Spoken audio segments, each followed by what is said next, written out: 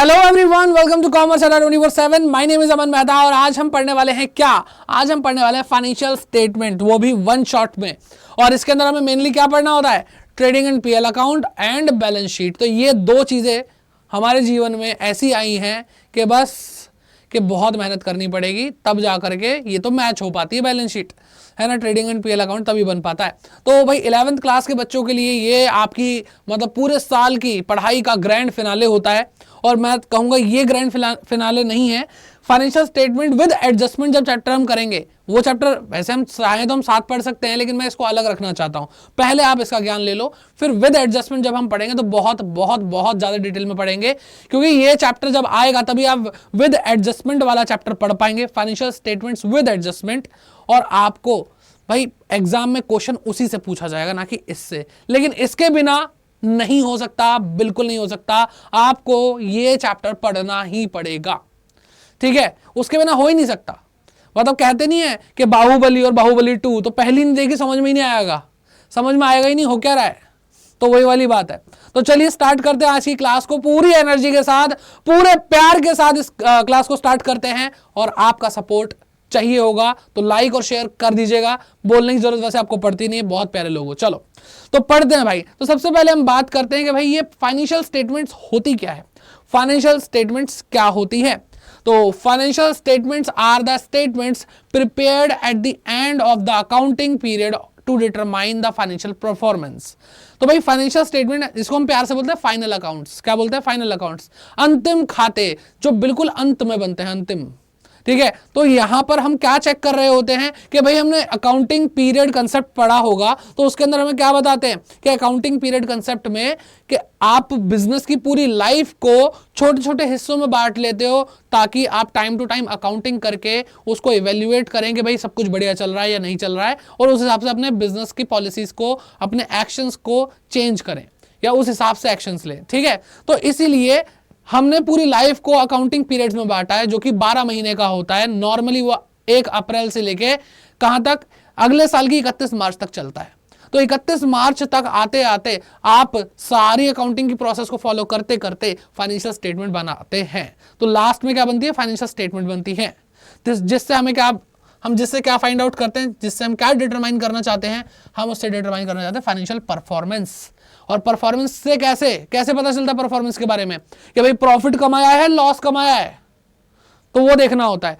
हर साल देखोगे ताकि भाई अपने बिजनेस में अगर आप प्रॉफिट कमा रहे हो तो और अच्छा कर सको, अगर लॉसेस हो रहे हैं तो आप अपने एक्शंस को बदल के उन लॉसेस को रिकवर करके प्रॉफिट में जा सको, है ना। तो कैसे? प्रॉफिट अर्न्ड और loss incurred during the accounting period. And also और क्या देखते हैं? फाइनेंशियल परफॉर्मेंस तो देखते ही हैं, फाइनेंशियल पोजीशन भी देखते हैं। तो फाइनेंशियल पोजीशन देखते हैं तो इसका मतलब क्या कि भाई कितना घर जायदाद कितनी है, ठीक है, खानदानी हो गया नहीं, मतलब कितना भाई आपके पास संपत्ति है, कितना आपने उधार ले रखा है, आपकी जो पोजीशन है, परिस्थिति है, उसको देखा जाता है, ठीक है। On as on the date, ठीक है, कौन सी डेट? जो अकाउंटिंग ईयर के एंड में होती है, 31 March. A complete set of financial statement include, इसके अंदर आप क्या देखते हैं भाई? सबसे पहले trading account and profit and loss account. Sir इतना लंबा नाम, बेटा 2 अकाउंट है, लेकिन ये दोनों जय वीरू की तरह रहते हैं, चिपक के एक साथ, ठीक है। लेकिन जब हम इसको पढ़ेंगे तो एक एक करके ही पढ़ेंगे, पहले ट्रेडिंग पढ़ेंगे, फिर प्रॉफिट एंड लॉस अकाउंट पढ़ेंगे, ठीक है।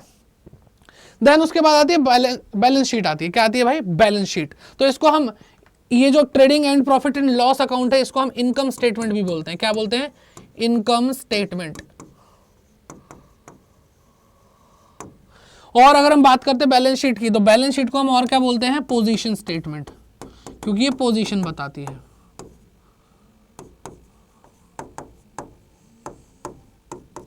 आई बात समझ में? तो ये है, और साथ साथ में बोल भी दिया कि भाई हम इसको प्यार से फाइनल अकाउंट्स भी बोलते हैं। ओके जी, आगे बढ़ते हैं। फिर हम इसके ऑब्जेक्टिव्स की जरूरत क्या है, क्यों बनाते हैं हम फाइनेंशियल स्टेटमेंट्स? तो भाई बहुत जरूरत है इसकी। अगर हम बात करते हैं trading and profit and loss account की, तो इसको बनाने के पीछे हमारा उद्देश्य होता है कि हम इससे ग्रॉस प्रॉफिट या ग्रॉस लॉस के बारे में जान सकें, और इससे हम नेट प्रॉफिट या नेट लॉस के बारे में जान सके। सर प्रॉफिट तो प्रॉफिट होता नहीं, ग्रॉस और नेट क्या चल रहा है?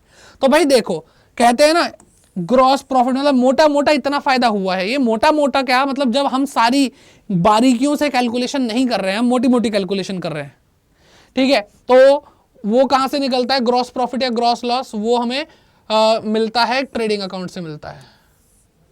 ठीक है, और अगर हम बात करते हैं प्रॉफिट एंड लॉस अकाउंट की, तो वहां से हमें क्या मिलता है, नेट प्रॉफिट या फिर नेट लॉस। ठीक है, या तो ग्रॉस प्रॉफिट होगा या ग्रॉस लॉस होगा। ठीक है, या तो नेट प्रॉफिट होगा या नेट लॉस होगा। लॉस और प्रॉफिट एक साथ थोड़ी हो सकते हैं। आई बात समझ में? चलो, तो trading and profit and loss account के पहले दो ऑब्जेक्टिव यही हैं, नीड यही है, इंपॉर्टेंस यही है। फिर comparison with the previous year. अब पिछले साल भी आपने फाइनल अकाउंट्स बनाए होंगे, अगर आपका बिजनेस पुराना है तो आप अपने आप को खुद से ही कंपेयर करोगे, पिछले साल हमने क्या किया था, अब क्या किया था। तो जब फाइनेंशियल स्टेटमेंट बनाओगे तभी तो कंपेयर करोगे, तो इसलिए ये भी एक ऑब्जेक्टिव होता है। फिर बात करते हैं details of expenses and income. अब प्रॉफिट या लॉस निकलता कैसे है कि इनकम ज्यादा है और प्रॉफिट आपके एक्सपेंसेस कम है, तो आपको प्रॉफिट हुआ है, तो income minus expenses is equal to profit. और अगर आपके लॉसेस ज्यादा हैं तो भाई क्या होगा, लॉसेस अगर आपके एक्सपेंसेस ज्यादा और इनकम कम है, तो इसका मतलब क्या कि आपको लॉस हुआ है। ठीक है, तो यहां पर पूरा डिटेल से लिखी जाती है एक्सपेंसेस की और इनकम की। फिर यहां पर बात आती है रिजर्व की। रिजर्व आपको मैंने पढ़ा दिया, आई होप आप लोगों ने पढ़ भी लिया होगा। प्रोविजन रिजर्व का चैप्टर नहीं पढ़ा तो भाई गलती कर रहे हो, बहुत बहुत बहुत कंसेप्चुअली इंपॉर्टेंट चैप्टर है वो। ठीक है, ये मत देखो कि आपको वो आपके एग्जाम में मार्क्स कितने दिलाएगा, लेकिन नॉलेज अगर वो नहीं ली तो भाई जहां से मार्क्स आने वाले हैं वहां गड़बड़ हो जाएगी। ठीक है, तो रिजर्व वाला चैप्टर पढ़ना। तो रिजर्व्स के बारे में बात करें तो रिजर्व आपके जो फाइनेंशियल स्ट्रेंथ है उसको बढ़ाता है। तो अगर आप रिजर्व बनाते हो तो रिजर्व बनते कहां से बनते हैं, ये आउट ऑफ प्रॉफिट बनते हैं। तो भाई कहां से, trading and profit and loss account से ही तो निकाला जाएगा रिजर्व, और to be very precise profit and loss account से निकलेगा। ठीक, फिर रेशियोज के बारे में बात करते हैं। फाइनेंशियल स्टेटमेंट्स जो होती हैं वहां पर रेशियोज का बहुत रोल होता है।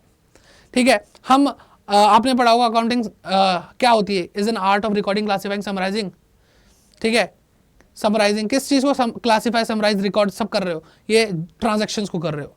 ठीक है, किस लिए कर रहे हो, to interpret and communicate to the user, accounting user. तो जो हमारे फाइनेंशियल स्टेटमेंट के यूजर हैं उनको आप इंटरप्रेट करना चाहते हो, तो उनको इंटरप्रेट करने के लिए पहले आपको इन फाइनेंशियल स्टेटमेंट को एनालाइज करना पड़ेगा। उनको रेशियोज में बताएंगे कि भाई हमारी जो करंट असेट्स हैं वो हमारी करंट लायबिलिटी से डबल है, तो हमारा करंट रेशियो 2:1 है। तो आप उनको ऐसे समझाओगे, उनको ये नहीं पता डेबिट क्या होता है, क्रेडिट क्या होता है, उनको नहीं पता। बिल्कुल जरूरी है हर किसी को अकाउंटिंग आती हो, हम एक्सपर्ट हैं। ठीक है, चलो तो फिर आगे बात करते हैं बैलेंस शीट के ऑब्जेक्टिव, नीड और इंपॉर्टेंस क्या होते हैं। तो असर्टेन द फाइनेंशियल पोजीशन, ये हमें फाइनेंशियल पोजीशन बताती है, कंपैरिजन करके बताती है प्रीवियस ईयर से कि पहले कितनी एसेट्स हुआ करती थी, लायबिलिटीज हुआ करती थी, अब क्या पोजीशन में हम चल रहे हैं। फिर आता है डिटरमाइनिंग सॉल्वेंसी पोजीशन, ये हमें सॉल्वेंसी पोजीशन के बारे में बताती है। सॉल्वेंसी का मतलब होता है कि हम कितने कैपेबल हैं अपनी लायबिलिटीज को चुकाने के लिए। ठीक है, तो वो कहां से पता चलेगा, वो हमारी बैलेंस शीट से ही पता चलेगा कि हमारे पास इतनी संपत्ति है कि भाई किसी भी लायबिलिटी को हम झट से चुका सकते हैं। ठीक है, तो वो बैलेंस शीट ही बताती है आप कितने सॉल्वेंट हो, वीक हो, स्ट्रांग हो या बहुत स्ट्रांग हो, है ना। तो ये सारी चीजें हैं जो ऑब्जेक्टिव और नीड और इंपॉर्टेंस है फाइनेंशियल स्टेटमेंट की। आई होप आपको अच्छे से समझ में आ गया होगा, और कोई भी दिक्कत परेशानी है तो कमेंट बॉक्स में कमेंट करके जरूर पूछिए। आगे बढ़ते हैं और पढ़ते हैं हम यूजर्स ऑफ फाइनेंशियल स्टेटमेंट्स। अभी हम बात कर भी रहे थे यूजर्स की, तो भाई यूजर्स दो कैटेगरी में है, एक है इंटरनल यूजर, एक है एक्सटर्नल यूजर।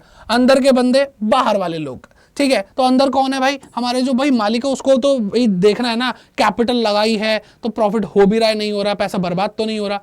ठीक, फिर मैनेजमेंट की बात करते हैं, तो भाई अगर कोई मैनेजर वगैरह है वो भी देखना चाहता है कि भाई जो जिस तरीके से मैं काम कर रहा हूँ वो काम सही तरीके से हो भी रहा है या नहीं हो रहा है, क्योंकि वो फाइनेंशियल स्टेटमेंट में देखेगा कि भाई ये हमारी परफॉर्मेंस अच्छी थी या नहीं थी, तो उस हिसाब से वो सुधार कर पाएगा। उसको बताएंगे ही नहीं कि फाइनेंशियल परफॉर्मेंस हमारी कैसी थी, तो मैनेजर सही से मैनेज करेगा कैसे। फिर आते हैं एम्प्लॉयज एंड ट्रेड यूनियंस। तो भाई अगर हम एम्प्लॉयज और ट्रेड यूनियन की बात करें, ट्रेड यूनियन बेसिकली मैं अलग ही मानता हूं, लेकिन हाँ एम्प्लॉयज की बात करें तो ये वो लोग होते हैं जो भाई सैलरी लेते हैं, बोनस लेते हैं हमसे, तो इनको भी देखना होता है कि भाई हमें सैलरी जस्टिफाइड मिल रही है नहीं मिल रही है। भाई अच्छा खासा प्रॉफिट कमा रहे हो, बोनस दो ना भाई, ये कोई बात थोड़ी होती है। तो ये भी इंटरनल यूजर है फाइनेंशियल स्टेटमेंट के। फिर बात करते हैं एक्सटर्नल यूजर की, जैसे बैंक हो गया, फाइनेंशियल इंस्टीट्यूशन हो गए जो हमें उधार देते हैं, लोन देते हैं, क्रेडिट देते हैं। तो वो कैसे देंगे, वो आपकी फाइनेंशियल स्टेटमेंट्स को देखकर ही देंगे भाई, कि आपकी फाइनेंशियल परफॉर्मेंस अच्छी है, आपकी फाइनेंशियल पोजीशन अच्छी है, इसलिए हमें आप पे विश्वास है कि आपको अगर हम लोन देंगे तो आप कुछ साल बाद हमें वापस भी कर पाओगे। कोई भी बैंक, कोई भी फाइनेंशियल इंस्टीट्यूशन किसी भी ऐसे इंसान को लोन नहीं देता जिसके अंदर दम नहीं होता वापस चुकाने का। ठीक, फिर बात करते हैं क्रेडिटर। ये वो लोग होते हैं जो आपको सामान उधार बेचते हैं, गुड्स, स्टॉक। तो अब वो भी तभी आपको उधार बेच पाएंगे जब आप उनको पता होगा, जब उनको भरोसा होगा आप पर कि ये इंसान हमें वापस पैसा दे देगा टाइम से। फिर गवर्नमेंट हो गई और उसके अथॉरिटीज हो गई। गवर्नमेंट को तो भाई पूरी नजर रखनी पड़ती है, क्योंकि आप बिजनेस कर रहे हो, पैसा कमा रहे हो, इनकम टैक्स लगवाओगे अपने ऊपर, ठीक है, कितना टैक्स दोगे कितना नहीं दोगे, तो गवर्नमेंट भी हमारे ऊपर नजर रख के चलती है। रिसर्चर्स होते हैं, पब्लिक होती है, इन लोगों को भी हमें इंटरेस्ट होता है कि भाई पब्लिक अगर हम देखो बुकिश नॉलेज देकर बोलें तो पब्लिक क्या करती है भाई, पब्लिक ये बोलती है कि हमारी सोसाइटी में रह रहे हो, ठीक है, हमारे रिसोर्सेज को यूज़ कर रहे हो, तो भाई आप सही से यूज़ कर रहे हो नहीं कर रहे हो, ये आपकी फाइनेंशियल स्टेटमेंट देख के हम बताएंगे। इतने अवेयर ऐसे लोग हैं नहीं यहाँ पे, स्टिल एक सोशल मैसेज भी दे दिया मैंने पढ़ाते पढ़ाते। चलो फिर रिसर्चर्स भी देखते हैं भाई। रिसर्चर्स को अपनी स्टडीज करनी होती है कि भाई अगर बिजनेस में ऐसा हुआ तो वैसा करने पे क्या हो गया, ठीक है, तो वो भी अब हमारी फाइनेंशियल स्टेटमेंट्स को देखते हैं, और फाइनेंशियल स्टेटमेंट को पब्लिकली पब्लिश करना पड़ जाता है कई बार, ठीक है, गवर्नमेंट की वजह से। तो ये सारी चीज़ें हैं जो भाई यूजर्स के बारे में मैंने आपको बताई। अब बात करते हैं classification of capital and revenue items. अब यहाँ से खेल शुरू, कि आपको trading and profit and loss account बनाना है, हमने इसके ऑब्जेक्टिव वगैरह देख लिए, बैलेंस शीट भी बनानी है वो भी हमने देखा, तो इसकी थ्योरी देख ली। लेकिन अब हम उन आइटम्स के बारे में बात करेंगे जो हमें इन अकाउंट्स में, इन बैलेंस शीट वगैरह में लिखना है। तो भाई देखो, जो भी आइटम मतलब चाहे वो एक्सपेंस हो चाहे वो इनकम हो, उनको हम उनके दो नेचर होते हैं, तो कैपिटल नेचर की होती है, वो रेवेन्यू नेचर की होती है। तो अगर हम सबसे पहले बात करते हैं कैपिटल एक्सपेंडिचर की, तो कैपिटल एक्सपेंडिचर वो एक्सपेंडिचर होता है जो हमारी अर्निंग कैपेसिटी को बढ़ाता है, जो with in a year exhaust नहीं होता, यानी उसके इकोनॉमिक बेनिफिट हमें मोर देन 1 अकाउंटिंग ईयर तक मिलते रहते हैं, ठीक है। तो ये हमारे कैपिटल एक्सपेंडिचर्स होते हैं। फिर अगर हम रेवेन्यू एक्सपेंडिचर के बारे में बात करें तो रेवेन्यू एक्सपेंडिचर वो एक्सपेंडिचर होता है जो 1 साल के अंदर एग्जॉस्ट हो जाता है, ठीक है। एग्जाम्पल भी देते हैं, अगर कैपिटल एक्सपेंडिचर की बात करें, आपने बिल्डिंग खरीदी तो आपने एक खर्चा किया है जो कि आपको अकाउंटिंग पीरियड, एक अकाउंटिंग पीरियड से ज्यादा के लिए आपको बेनिफिट देने वाला है। वहीं रेवेन्यू एक्सपेंडिचर के बारे में बात करते हैं तो आपने किसी को सैलरी पे करी, रेंट पे किया, तो ये सब क्या है, रेवेन्यू एक्सपेंडिचर है। सर इसका फायदा कुछ होगा पढ़ने का? हाँ जी, इसी का तो फायदा होगा, यही तो बहुत ज्यादा जरूरी है। मैं सही बता रहा हूँ, इसके बारे में अगर आप डिटेल में पढ़ने लगे हो तो 1 घंटे तक आप ये कैपिटल और रेवेन्यू को ही पढ़ सकते हो, ठीक है। लेकिन टेंशन मतलब इतना नहीं, आपको भाई आपके एग्जाम आ रहे हैं तो आपको इतना पढ़ाया जाएगा कि आपको नॉलेज भी मिलेगी और आपका एग्जाम, अब आप एग्जाम में अच्छा करके भी आओगे, ठीक है। फिर बात करते हैं किसकी, कैपिटल रिसीट की। रिसीट मतलब प्राप्ति है, प्राप्य है ना, हिंदी में बोलते हैं, आपको इससे खैर कई बच्चों को मतलब नहीं होगा। तो रिसीट जो हमें मिल रहा है, कैपिटल रिसीट। अब ये क्या होती है, कैपिटल रिसीट वो चीज होती है जो इनकम नहीं है फिर भी प्राप्त हो रही है। जैसे लोन लिया, क्या ये आपकी कमाई है? नहीं, ये आपकी कमाई नहीं है। कैपिटल इंट्रोड्यूस करी तो बिजनेस को पैसा मिल रहा है, क्या आपकी वो अर्निंग है? नहीं, तो वो क्या है, कैपिटल रिसीट है। और दूसरी ओर रेवेन्यू रिसीट की बात करें तो जो नॉर्मल कोर्स ऑफ बिजनेस के अंदर हम काम कर रहे हैं, बेसिकली जिस चीज में हम डील करते हैं, चाहे हम सर्विसेज देते हैं चाहे हम कोई प्रोडक्ट में डील करते हैं, अगर हम उसको बेच करके कुछ प्राप्त कर रहे हैं, रिसीव कर रहे हैं पैसा, तो वो हमारी रेवेन्यू क्या है, रिसीट है। जैसे सेल करते हैं हम प्रोडक्ट्स, हम मोबाइल बेचते हैं, हम क्या कहते हैं, मान लो जैसे कई बिजनेसेस होते हैं वो आपको जैसे सिक्योरिटी की सर्विस देते हैं। कई कंपनीज होती है, वो सिक्योरिटी गार्ड्स होते हैं ना, एक कंपनी के होते हैं, तो सिक्योरिटी की सर्विस देते हैं। तो ये सारी चीज़ें हैं। एक चीज़ और है पर, डेफर्ड रेवेन्यू एक्सपेंडिचर। सर ये कौन सा रेवेन्यू एक्सपेंडिचर है? तो है तो ये रेवेन्यू एक्सपेंडिचर ही, लेकिन ये भी तो रेवेन्यू एक्सपेंडिचर से थोड़ा लार्जर होता है, थोड़ा ज़्यादा बड़ा होता है। क्यों? ये क्या करता है भाई, ये अकाउंटिंग ईयर से ज़्यादा का बेनिफिट दे जाता है, लेकिन हमारे माइंड में होता है कि भाई 1 साल का ही बेनिफिट होगा, लेकिन ये 1 साल से ज़्यादा का एक्सपेंडिचर दे जाता है, ठीक। तो अगर हम बात करते हैं डेफर्ड रेवेन्यू एक्सपेंडिचर की, इसका सबसे सही एग्जाम्पल, और मैं कहूँगा कि बहुत सारे एग्जाम्पल है ही नहीं इसके, ज़्यादातर अगर आप किसी टीचर से सुनोगे तो वो बोलेगा एडवर्टाइजमेंट। तो एडवर्टीजमेंट जो होती है भाई, वो आप अगर हम उसका बेनिफिट को ट्रेस करें कि उसका फायदा कब कब हो रहा है, तो आपको आज तक आपके बचपन में देखी गई एड्स याद हैं, है ना, आपको याद है ना बहुत सारी एडवर्टीजमेंट जो आप बचपन में देखते थे। तो वो चीज़ें देखो इतना तगड़ा इंपैक्ट पहुंच जा देती है। तो हम अकाउंटिंग तो उसकी करेंगे कि हमने किसी से एडवर्टीजमेंट करवाई, कैटरीना कैफ से, है ना, करवा रहे हैं, आम पकड़ा हुआ है उसने, ऐड कर रही है वो, है ना, जो कोल्ड ड्रिंक है उसकी, तो उसका बेनिफिट कब तक पहुंचेगा, तो वो भी तो हमें ट्रेस करना है। जो हमने खर्च किया उसका बेनिफिट क्या है। तो जो एडवर्टीजमेंट होती है उसका जो बेनिफिट होता है वो 1 साल से ज़्यादा एक्सटेंड हो जाता है। अगर हम इसकी बात करें सर इसको दिखाया कहाँ जाता है इन सब चीज़ों को, तो बेटा जो भी कैपिटल नेचर की चीज़ें होती हैं वो बैलेंस शीट में आती हैं, ये बात हमेशा ध्यान रखना, चाहे वो कैपिटल एक्सपेंडिचर हो चाहे वो कैपिटल रिसीट हो, ठीक है। तो ये क्या हो गया, जैसे कैपिटल रिसीट के बारे में मैंने क्या बताया आपको, लोन हो गया, कैपिटल मिल गई हमें, ये सारी चीज़ें। और हमने कैपिटल एक्सपेंडिचर का क्या बताया, आपने क्या करा, किसी बिजनेस को खरीद लिया, कोई एसेट खरीद ली, तो ये सारी चीज़ें क्या है, ये कैपिटल एक्सपेंडिचर है, इनको बैलेंस शीट में दिखाएंगे। अगर मैं सीधी भाषा में बोलूँ तो ये क्या है, एसेट है, और ये क्या है, लाइबिलिटीज या कैपिटल है। फिर बात करते हैं रेवेन्यू आइटम्स की, यानी रेवेन्यू एक्सपेंडिचर और रेवेन्यू रिसीट। तो ये क्या है हमारी, ये वो चीज़ें हैं जो आपको ट्रेडिंग अकाउंट या प्रॉफिट एंड लॉस अकाउंट में दिखानी होती हैं। तो जो रेवेन्यू एक्सपेंडिचर है तो आप उनको आम भाषा में एक्सपेंसेस बोलोगे, और रेवेन्यू रिसीट है वो आपकी इनकम है, ठीक है। फिर सर इसका बताओ ये कहाँ जाए बेचारी, डेफर्ड रेवेन्यू एक्सपेंडिचर। तो देखो नाम से तो डेफर्ड रेवेन्यू एक्सपेंडिचर है, तो कहने का मतलब क्या है कि भाई आप क्या करोगे, इसको आप ट्रेडिंग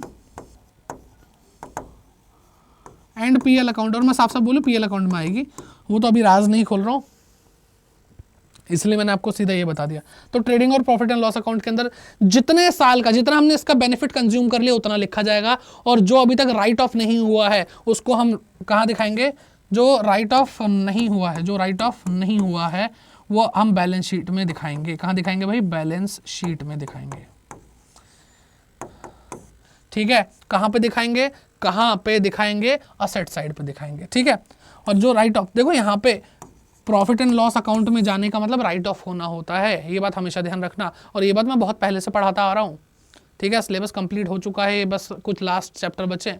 तो अगर आपको अब भी डाउट है तो बेटा शुरू से एक बार वो प्लेलिस्ट चेक कर लेना, ठीक है। चलो आई होप आपको ये बात समझ में आ गई। और अगर अभी भी कंफ्यूजन है कि सर कैपिटल नेचर के आइटम को कैसे पहचाने, रेवेन्यू नेचर के आइटम को कैसे पहचाने, तो बेटा जो डेली बेसिस पे रेगुलरिटी के साथ फ्रीक्वेंसी में होती हैं वो रेवेन्यू नेचर की चीज़ें होती हैं। जैसे आपकी सेल रेगुलर बेसिस पे, फ्रिक्वेंट बेसिस पे होती है, ठीक है, वो नॉर्मल कोर्स ऑफ बिजनेस का पार्ट है। और अगर हम बात करते हैं सैलरी, वो भी आपको महीने दर महीने देनी पड़ती है, इलेक्ट्रिसिटी बिल देना पड़ता है, रेंट देना पड़ता है अपने बिजनेस के ऑफिस का। तो ये सब क्या है, ये सब रेवेन्यू नेचर की चीज़ें हैं, चाहे वो इनकम हो चाहे वो आपके एक्सपेंसेस हो। फिर बात करते हैं कैपिटल नेचर की चीज़ें, तो वो बेटा आपकी क्या होती है, कभी कभी वाली चीज़ें होती हैं, जो कभी कभी होती हैं। बिल्डिंग कोई डेली मंगल बाजार से जाके लेके आते हो क्या, नहीं ना। तो आप बिल्डिंग लेते हो तो वो कई टाइम तक आपके साथ रहती है, आपको बहुत अकाउंटिंग ईयर तक फायदा पहुंचाती रहती है, आपके बिजनेस को चलाती रहती है, आपकी अर्निंग कैपेसिटी को बढ़ाती रहती है। और अगर हम कैपिटल रिसीट के बारे में बात करते हैं तो भाई डेली लोन लिया जाता है क्या, नहीं, ठीक है, डेली लोन नहीं लिया जाता। आई बात समझ में, चलो जी। तो आई होप आपको बात समझ में आ चुकी है। और इससे जुड़ा हुआ, बैलेंस शीट से जुड़ा हुआ एक चीज हमने वहां पे भी पढ़ी थी, बेसिस ऑफ अकाउंटिंग में, जहां पे हमने outstanding expense, outstanding income, outstanding advance expense, advance income के बारे में पढ़ा था। वहां पे भी लायबिलिटी और असेट के बारे में हमने जाना था, ठीक है। वो सारी चीजों का ज्ञान लेते हुए आगे बढ़ते हैं, ठीक है। चलो तो आई होप आपको यहां तक समझ में आ गया। अब बात करते हैं ट्रेडिंग अकाउंट की। ट्रेडिंग अकाउंट क्या होता है, तो first stage of preparing final account, तो भाई पहली स्टेज होती है जब हम फाइनल अकाउंट बनाते हैं, ओके। और जो हम पढ़ रहे हैं वो फाइनेंशियल स्टेटमेंट किसकी है बेटा, सोल प्रोप्राइटर की फाइनेंशियल स्टेटमेंट है। यानी जब एक इंसान बिजनेस करता है, अपने बिजनेस को करता है, उसके लिए हम अकाउंटिंग करेंगे, तो ऐसे अकाउंट्स बनाएंगे, ठीक है।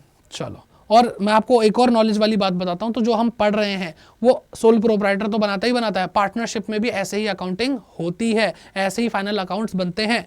लेकिन अगर हम कंपनी के केस में बात करें, कंपनी के केस में ऐसा कुछ नहीं होता, ठीक है। उसके बारे में हम आगे एंड में बात कर लेंगे। चलो, तो हम क्या देख रहे हैं भाई, आप फाइनल अकाउंट्स क्या है, फाइनल अकाउंट फर्स्ट स्टेज है आपके अकाउंटिंग की, फाइनल अकाउंट्स बनाने की। It is the financial statement, it is a financial statement which shows the result of buying and selling of goods and or services during an accounting period। तो trading account में क्या आता है, ठीक है। तो ये एक इस प्रकार की फाइनेंशियल स्टेटमेंट है ट्रेडिंग अकाउंट, जो हमें रिजल्ट क्या बताता है, जो बाय और सेल करने से, सामान खरीदने बेचने से जो भी आपको रिजल्ट मिले हैं, यानी ग्रॉस प्रॉफिट या ग्रॉस लॉस मिले हैं। इसके फीचर के बारे में बात करें तो पहले तो फीचर यही है, फर्स्ट स्टेज है। दूसरी हम बात करें तो ये रिकॉर्ड करता है only net sales, direct cost, goods sold, है ना, direct cost of goods sold. The balance of this account shows gross profit, उसका जो बैलेंस आता है, या फिर मैं बोलूँ जो रिजल्ट आता है, या तो वो ग्रॉस प्रॉफिट होता है या फिर वो ग्रॉस लॉस होता है, सकल लाभ और सकल हानि, एंड लास्ट में क्या है, ग्रॉस प्रॉफिट और gross loss is transfer to profit and loss account. तो इसको मैंने बोला ना, जय और वीरू की तरह ट्रेडिंग अकाउंट और प्रॉफिट एंड लॉस अकाउंट एक साथ बनते हैं। तो जैसे इसका ग्रॉस प्रॉफिट या ग्रॉस लॉस आता है, ये कूद कर दीवार फांद के कहां चले जाते हैं भाई, प्रॉफिट एंड लॉस अकाउंट के अंदर चले जाते हैं। ठीक है, चलो तो आई होप आपको ये थियरी वाली बातें तो समझ में आ ही रही होंगी, लेकिन एक बार फॉर्मेट देखना जरूरी है। और जब आप फॉर्मेट बनाओगे तो आप लिखोगे trading account for the year ended 31 मार्च 2000, जो भी आपका ईयर चल रहा है ना, जिस ईयर के लिए आप बना रहे हो, तो वो आप जरूर लिखोगे। फिर हम बात करते हैं यहाँ पर कि भाई क्या क्या आता है। तो हमेशा ध्यान रखना कि यहाँ पर डेबिट साइड पे एक्सपेंसेस आते हैं और क्रेडिट साइड पे क्या आती है, इनकम आती है, सारी जितनी भी इनकम है। ठीक है, कुछ चीज़ें आपको अभी मतलब मैं बता रहा हूँ फॉर्मेट देने के लिए दे देते हैं भाई बुक के अंदर। मैंने भी वो फॉर्मेट आपके लिए एज इट इज़ लाया है, ताकि आपको ये ना हो कि सर ने तो ये चीज़ नहीं बताई, ये चीज़ छुपा ली। लेकिन वो कई चीज़ें हैं जो फ्यूचर में आपको बहुत अच्छी तरह से समझ में आएंगी, जो आपके अभी 11th क्लास के अंदर नहीं इतना पूछे जाएगी। ठीक है, चलो फिर भी बताना शुरू करते हैं। सारे एक्सपेंसेस इधर आते हैं और ट्रेडिंग अकाउंट के अंदर डेबिट साइड पे डायरेक्ट एक्सपेंसेस आते हैं। क्या आते हैं, डायरेक्ट एक्सपेंसेस। ठीक है, यहां पे इनडायरेक्ट एक्सपेंसेस कभी भी नहीं आएंगे। सर ये डायरेक्ट एक्सपेंसेस और इनडायरेक्ट एक्सपेंसेस क्या होते हैं? तो डायरेक्ट एक्सपेंसेस वो एक्सपेंसेस होते हैं, बेसिकली हम जो सोल प्रोप्राइटरशिप की बात कर रहे हैं, वो एक ट्रेडर है। ट्रेडर का मतलब क्या होता है, जो बना बनाया सामान लेता है और बेच देता है। एक होता है मैन्युफैक्चरिंग एंटिटी, मैन्युफैक्चरिंग बिजनेस के सामान बनाएगा फिर बेचेगा, तो वो हमारे सिलेबस का पार्ट नहीं है। हमारे सिलेबस का पार्ट क्या है, वो सोल प्रोप्राइटर जो बना बनाया सामान लाता है और बेच देता है। ठीक है, तो वो जो बना बनाया सामान खरीदना है और उसको बिजनेस तक लाने की जो भी कॉस्ट है, वो डायरेक्ट कॉस्ट होती है, डायरेक्ट एक्सपेंस होते हैं। उनके बारे में हम यहां पे सारी बातें कर रहे हैं। बात समझ में आ रही है? चलो, तो भाई ओपनिंग स्टॉक अगर हमारे पास कोई पहले से ही स्टॉक दिया हुआ है वो, फिर जो हमने और परचेस कर लिया वो, उसमें अगर कुछ डिफेक्टेड निकला तो वो हमने माइनस कर दिया, यानी लौटा दिया, तो लेस कर देंगे। ठीक है, तो परचेज में से लेस करते हैं रिटर्न आउटवर्ड। इसको हम और क्या बोलते हैं, रिटर्न आउटवर्ड को हम बोलते हैं परचेज रिटर्न। क्या बोलते हैं, परचेज रिटर्न। तो ये तो माइनस होगा। देखो मैंने 1 लाख का सामान खरीदा, उसमें से 20,000 का सामान खराब निकला, तो मैं वापस ही तो लौटाऊंगा और मैं क्या बोलूंगा कि मैंने तो सिर्फ 80,000 का सामान खरीदा था। ठीक है, क्यों? क्योंकि 1 लाख का आया तो था, लेकिन मैंने 20,000 का वापस कर दिया, खराब था वो। ठीक, फिर क्या, वेजेस एंड सैलरीज। वैसे तो सिर्फ वेजेस आता है, लेकिन वेजेस एंड सैलरीज होगा तो भी यहीं पे आएगा। और वेजेस एंड सैलरीज अगर ऐसा लिखा हुआ है तो इसका मतलब पता है क्या है? इसका मतलब है कि वेजेस ज़्यादा हैं और सैलरी कम है। वैसे सैलरी क्या है कि इनडायरेक्ट एक्सपेंस होता है और वेजेस एक डायरेक्ट एक्सपेंस होता है। लेकिन अगर सैलरीज थोड़ी सी हो तो सैलरीज के लिए अलग अकाउंट थोड़ी बनाएंगे, तो हम वेजेस एंड सैलरी अकाउंट बना देते हैं, जिसमें वेजेस बहुत सारी होती हैं और थोड़ी सी सैलरी। तो ठीक है, आटे में नमक जितना झूठ चल जाता है, तो बिल्कुल वही वाला काम इन्होंने किया है। तो वेजेस एंड सैलरी, और अगर सैलरी एंड वेजेस होता तो सैलरी ज्यादा होती, वेजेस थोड़े से होते। तो वेजेस तो डायरेक्ट हैं, लेकिन सैलरी जो इनडायरेक्ट एक्सपेंस है वो बहुत ज्यादा है। तो हम वो चीज यहां पे नहीं लिखते, वो हम प्रॉफिट एंड लॉस अकाउंट में लेके जाते हैं, क्योंकि यहां पर सारे डायरेक्ट नेचर की चीजें आती हैं। डायरेक्ट एक्सपेंसेस, डायरेक्ट इनकम आएगी इधर, क्रेडिट साइड पे आएगा, डायरेक्ट इनकम आएगी, सब इधर आएगा डायरेक्ट नेचर का। और प्रॉफिट एंड लॉस अकाउंट में सारी इनडायरेक्ट चीजें आती हैं। मैंने आपको क्या बोला था शुरुआत में ही कि ग्रॉस प्रॉफिट, ग्रॉस लॉस मतलब मोटा मोटा प्रॉफिट जो हो गया। तो मोटा मोटा प्रॉफिट मतलब जो इनडायरेक्ट चीजें होती है ना, बहुत छोटी छोटी होती हैं, वो पता ही नहीं चलती। जैसे मैंने 20 रुपए की चाय भी पिलाई थी अपनी लेबर को, तो वो भी हम प्रॉफिट एंड लॉस अकाउंट के अंदर उस एक्सपेंस को रिकॉर्ड करेंगे, यहाँ पे नहीं करेंगे। यहाँ पे तो मोटी मोटी बातें होंगी कि भैया इतना सामान हमारे पास पहले से पड़ा था, इतना हमने और ले लिया, इतना वापस कर लिया, इतनी वेजेस दे दी। ठीक है, इतने और कोई डायरेक्ट एक्सपेंसेस है। ठीक है, कैरेज, कार्टेज, फ्रेट, इनवर्ड। अब देखो यहाँ पे क्या है कि जो हम सामान बेचते हैं, जिसमें हम डील करते हैं, जैसे मान लो मैं मोबाइल मतलब बना बनाया लेता हूँ और बेच देता हूँ, तो मोबाइल ट्रक लोड होकर के आएगा और मैं उसको बेचूंगा। तो अगर वो ट्रक लोड होकर के मेरे पास नहीं आता तो क्या मैं बेच पाता? नहीं। तो ट्रक वाले को जो मैंने भाड़ा दिया है, जिसको क्या बोलते हैं हम, क्या बोलते हैं, कैरेज बोलते हैं। ठीक है, कैरेज, कार्टेज, फ्रेट तीनों ही भाड़ा होते हैं एक तरह के। ठीक है, कैरेज क्या होता है, जो बाय रोड हमारे पास हम किराया देते हैं। ठीक है, जैसे बस पे, ट्रैक्टर पे, छोटा हाथी, बड़ा हाथी, जिसमें भी सामान लाकर लोड करके टेम्पू वगैरह पे लाकर दिया जाता है, वो कैरेज होता है। कार्टेज, कार्ट मतलब बैलगाड़ी, घोड़ा गाड़ी, टांगा, ये सारी इन सब की बात हो रही है। तो अगर उस पर कोई सामान आ रहा है तो वो कार्टेज वाला भाड़ा हो गया। ठीक है, और फ्रेट क्या बचा भाई, पानी के जहाज से या हवा के थ्रू, मतलब हवाई जहाज से अगर कोई चीज़ आप मंगा रहे हैं, उस पर कोई भाड़ा देना, तो वो फ्रेट हो गया। ठीक है, तो अगर ये इनवर्ड है, इनवर्ड का मतलब क्या कि भाई मेरे बिजनेस में आ रहा है, मेरे बिजनेस में आ रहा है, तो वो क्या है, हमारे इस स्टॉक को लाने में हमारी मदद कर रहा है। अगर ये नहीं होगा तो क्या वो आ पाएगा? नहीं आ पाएगा। आ नहीं पाएगा तो बिक नहीं पाएगा। तो ये जो खर्चा ये डायरेक्टली रिलेटेड है, इसलिए ये डायरेक्ट एक्सपेंस है। ठीक है, तो ऐसे ही अगर हम बात करते हैं कि सर अगर हम ये सामान बेचेंगे तो भी अगर हमें भाड़ा देना पड़ रहा है, हमें भाड़ा देना पड़ रहा है, तो भाई देखो वो तो कंपलसरी नहीं है ना, कस्टमर खुद लेकर जाता, कई बार नहीं लेके जाता। तो यहां पर जो कैरेज इनवर्ड है वो तो डायरेक्ट खर्चा है, लेकिन कैरेज आउटवर्ड क्या है बेटा? इनडायरेक्ट खर्चा है। क्या है? इनडायरेक्ट खर्चा है। फैक्ट्री में अगर पावर फ्यूल, अगर हमारी फैक्ट्री भी है, मान लो बना बनाया सामान हम लेते हैं, फिर उस पर लेमिनेशन करवाते हैं हम, रास्ते में लेमिनेशन वगैरह फट जाती होगी, पैकेजिंग फट जाती होगी, तो हम लेमिनेट वगैरह करवा के प्रॉपरली हम उन प्रोडक्ट्स को बेचते हैं। तो हमारी वो फैक्ट्री में जो पावर है, फ्यूल है, ये सारी चीज़ें क्या है बेटा? डायरेक्ट एक्सपेंस हो गया, डायरेक्ट एक्सपेंस। और ये बात समझ में। फिर इनकम साइड पे आ जाओ, तो सेल हमारा मेन काम, हमारा मेन जो सोर्स ऑफ इनकम है वो सेल्स होती है। हमारा काम ही जब मोबाइल बेचना है तो मेन काम हमारा क्या? सेल्स ही तो होगा। ठीक है, इसमें से अगर भाई हमने कुछ डिफेक्टिव चीज़ बेच दी तो हमें वो वापस भी करके जाएंगे हमारे कस्टमर, तो वो चीज़ माइनस करेंगे, वो हम अपनी सेल्स में कंसीडर नहीं करेंगे। ठीक है, अगर हमने कोई कबाड़ बेचा, उससे कोई पैसा आया, वो भी इधर लिखा जाएगा, क्लोजिंग स्टॉक इधर लिखा जाएगा। और ये चीज़ बहुत अजीब है, ये है एबनॉर्मल लॉस।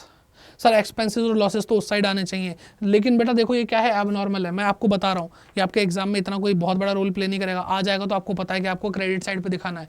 क्यों दिखाना है भाई? मैं टीचर हूँ, मेरा काम है, मेरी ड्यूटी है कि मैं आपको क्लियर करूँ क्यों आ रहा है। तो बेटा देखो, ये वो खर्चे हैं जो आपके बिजनेस से रिलेटेड है, एबनॉर्मल। अब मान लो कि मैं एक मोबाइल बेच रहा हूँ 10,000 रुपये का, 15-20 हज़ार रुपये का, मान लो एक मोबाइल बेच रहा हूँ। ठीक है, और मुझे एबनॉर्मल लॉस हो गया, मेरे गोडाउन में 1 करोड़ के फ़ोन थे, भूकंप आया, छत गिरी और वो चूर चूर हो गए, तो मेरे पास एक मोबाइल बचा 20,000 का, तो मैं क्या वो उस मोबाइल को 1 करोड़ रुपए का बेच दूंगा क्या? नहीं ना। तो ये जो एबनॉर्मल खर्चे होते हैं वो खर्चे हम अपने कस्टमर से नहीं वसूलते हैं, ये जो खर्चे हैं ये हम अपने कस्टमर से वसूल रहे हैं। जो भी एक्सपेंसेस होते हैं हम क्या करते हैं कि भाई टोटल हमारे बिजनेस में इतना एक्सपेंस हुआ और इतना एक्सपेंस करने के बाद इतना प्रॉफिट हमें और मिल जाए तो हमारा बिजनेस ठीक चल रहा है। तो क्या सारे ही एक्सपेंसेस को, सारे ही लॉसेस को आप कस्टमर से कवर करोगे? नहीं। तो भाई यहाँ पे डेबिट साइड पे मैं बहुत लॉजिकल और बहुत आगे की बात कर रहा हूँ। जब आप बड़े होगे, अभी आप 11th में देख रहे हो, जब आप बड़े होगे, जब आप कॉस्ट अकाउंटिंग जैसी चीज़ें पढ़ोगे, तब आपके भेज में आएगा, अरे सर ने तो बहुत पहले ही बता दिया था, हम नादान थे, हम बच्चे थे। और शायद आप में से कई लोग समझ भी रहे होंगे कि जो भी यहाँ पे एक्सपेंसेस आ रहे हैं दैट मीन्स वो हमारे बिजनेस के एक्सपेंस है, और अगर मैं एबनॉर्मल लॉस को भी यहाँ लिख दिया तो वो इसी का पार्ट बन जाएगा।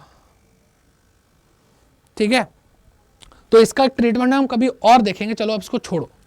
तो हमने ये करा, अगर हमारी इनकम यहाँ पे हमने लिखा भाई सारे सेल्स लिखी, स्क्रैप की सेल, कबाड़ की सेल लिखी, क्लोजिंग स्टॉक लिखा और वहाँ यहाँ पे आ गया। अब अगर ये ज़्यादा है और यहाँ पे जो अमाउंट आ रहा है वो कम है, तो भाई आपको क्या होगा? आपको होगा प्रॉफिट, ग्रॉस प्रॉफिट बोलेंगे जिसको। और अगर आपका डेबिट साइड यानी आपके खर्चे ज़्यादा हैं और आपकी इनकम कम है तो आपको होगा ग्रॉस लॉस। ये बात हमेशा ध्यान रखना। ठीक है, बात समझ में आ रही है? तो हमेशा ध्यान रखो, ओपनिंग स्टॉक इधर, क्लोजिंग स्टॉक इधर, जो बच गया। ठीक है, जो स्टॉक नहीं बिक पाया वो इधर आ जाएगा। लेकिन अभी हमें ऐसे शांति नहीं मिलती, हम थोड़ा और पढ़ते हैं कि भाई चीज़ें थोड़ा अच्छे से डिटेल में थोड़ा समझ में आए तो बात है। तो आप अगर पढ़ रहे होंगे, कभी देखा होगा तो आपको समझ में आया होगा, एडजस्टेड परचेज नाम की भी एक चीज़ आती है। एडजस्टेड परचेज के बारे में बात करते हैं। तो अगर भाई एडजस्टेड परचेज पहले बता देता हूँ, फिर बाद में सुनना, मतलब कि इसका इम्पैक्ट क्या क्या पड़ रहा है ना। तो अगर हम एडजस्टेड परचेज के बारे में बात करते हैं तो एडजस्टेड परचेज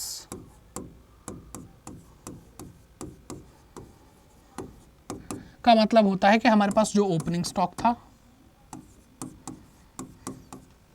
इसमें हमने क्या जोड़ दिया बेटा? हमारे पास नेट परचेजेस जितना हमने परचेज करा था उसका नेट मतलब इसमें से जो रिटर्न हमने किया, मतलब हमने परचेज किया था 1 लाख का सामान और 20,000 का डिफेक्टिव निकला, तो रिटर्न माइनस करने के बाद जो परचेजेस आती हैं वो नेट परचेजेस होती हैं। तो ओपनिंग स्टॉक हमारे पास इतना था और नेट परचेजेस हमने इतनी करी, इसमें से क्लोजिंग स्टॉक माइनस कर दो, तो इसको हम बोलते हैं, जो अब अमाउंट आएगा उसको हम बोलते हैं क्या, एडजस्टेड परचेज। तो एक बात हमेशा ध्यान रखना कि आपने जो अभी फॉर्मेट पढ़ा है इसके अंदर अगर आपको क्वेश्चन में एडजस्टेड परचेज दिया है और आपने यहाँ पर एडजस्टेड परचेज लिख दिया तो आपको क्लोजिंग स्टॉक लिखने की जरूरत नहीं है, आपको ओपनिंग स्टॉक भी लिखने की जरूरत नहीं है, क्योंकि एडजस्टेड परचेज में उन सब का इंपैक्ट दिखाया जा रहा है मेरे भाई। समझ रहे हो, ये चीज थोड़ा सा ध्यान देना, क्योंकि अभी जो आपको सिखाया जा रहा है ना वो यही सिखाया जा रहा है, चीजें कहां पे रखी जाती हैं इस चैप्टर में। फिर जब आप इससे आगे बढ़ोगे फाइनेंशियल स्टेटमेंट विद एडजस्टमेंट वाले चैप्टर पे, तो अब तब आपको पढ़ाते वक्त ये कंसीडर किया जाएगा कि आपको फाइनल अकाउंट्स बनाने आते हैं, बस अब जो गड़बड़ हुई है फाइनेंशियल अकाउंट में, फाइनल अकाउंट में, उसको ठीक करना है। ठीक है, तो ये बात ध्यान रखना। फिर एक और चीज है COGS।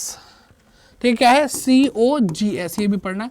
COGS की फुल फॉर्म देख लो, कॉस्ट ऑफ गुड्स सोल्ड। बेटा ये वर्ड देखो बड़े प्यारे लगते हैं।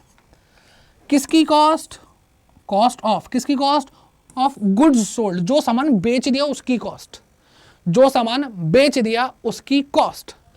अब हमने क्या सामान बेचा, तो सर COGS का फॉर्मूला बता दो ना, फिर पता चल जाएगा कि बेटा देखो मैंने सामान तो ये बेचा कि भाई मेरे पास ये सामान था, ओपनिंग स्टॉक था मेरे पास, मैंने कुछ सामान और परचेज किया था, ठीक है, जो हमारी नेट परचेजेस थी ये था, इसमें से और ये परचेज करने के लिए हमने और कुछ डायरेक्ट एक्सपेंसेस किए थे,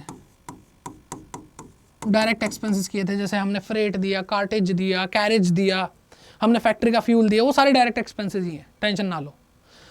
तो खर्चा क्या हो रहा है भाई, परचेज करने के लिए हमने ये डायरेक्ट एक्सपेंसेस भी किए, हमारे पास ओपनिंग स्टॉक भी पहले से था, तो कुल मिला के ये हमारी कॉस्ट है। ठीक है, ओवरऑल कॉस्ट सारे स्टॉक की, जितना कर कराने के बाद फिर भी क्लोजिंग स्टॉक तो बच ही गया, कुछ तो सामान था जो नहीं बिक पाया। ठीक है, तो ये सारा क्या है भाई, cost of goods ready to sell. Ready to sell अभी बिका नहीं है, रेडी टू सेल है, तो सेल हो जाएगा तो क्लोजिंग स्टॉक ही तो बचेगा, तो उसको माइनस कर दो।